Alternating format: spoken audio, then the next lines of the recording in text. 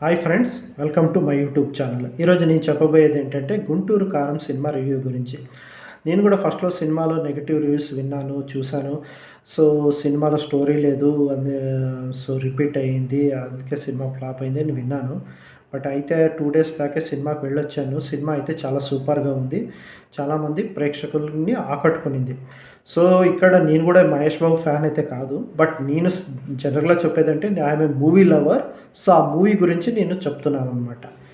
So, మూవీలో main concept ఏమంటే త్రివిక్రమ్ గారు ఇక్కడ చూపించింది ఏంటంటే త్రివిక్రమ్ గారు ఒక తల్లి తన కొడుకుని కాపాడేందుకు ఎంతవరకన్నా వెళ్తుంది అనేది ఇక్కడ త్రివిక్రమ్ గారు చూపించినారు. దాంట్లో సక్సెస్ అయినారు.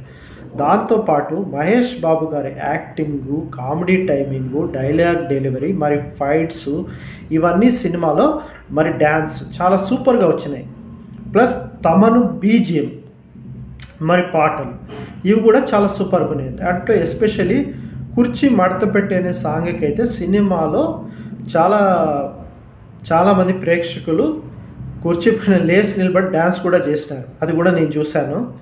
సో, ఆ రకంగా డాన్స్ కొరియోగ్రఫీ చేసినారు శేఖర్ మాస్టర్ గారు. సో, టోటల్‌గా చెప్పేదైతే సినిమా బాగానే ఉంది. మీకేమో అనిపించొచ్చు. ఆఫ్‌కోర్స్ ఎందుకంటే త్రివిక్రమ్ సినిమానే కాబట్టి అక్కడ కొన్ని ఫ్లేవర్‌లు వచ్చినాయి. ఎందుకంటే ఒక సీన్‌లో చూస్తే మీకు 'అత్తారింటికి దారి' అనిపిస్తుంది. ఇంకో సీన్‌లో చూస్తే 'అరవింద సమేత' అనిపించొచ్చు. మరి 'ఆహా' అనిపించొచ్చు. ఎందుకంటే వాళ్ళే యాక్టర్స్ కాబట్టి మీకు ఆ ఫీలింగ్ వస్తుంది. బట్ అట్లని సినిమాలో స్టోరీనే లేదు, సినిమా చూసేదట్లా లేదనేది మాత్రం రాంగు. మీరు ఒకసారి సినిమా చూడండి. మీరు కూడా ఎంజాయ్ చేస్తారు ఈ సంక్రాంతిని. సో, ఫ్యామిలీతో అది ఫ్యామిలీ ఆడియన్స్‌తో ఎస్పెషల్లీ చూసే సినిమా అయితే ఈ 'గుంటూరు కారం' అని చెప్పొచ్చు. ఇక్కడ బోర్ కొట్టదు. నాకే వచ్చింది నాకనిపించింది నేను చెప్తున్నాను.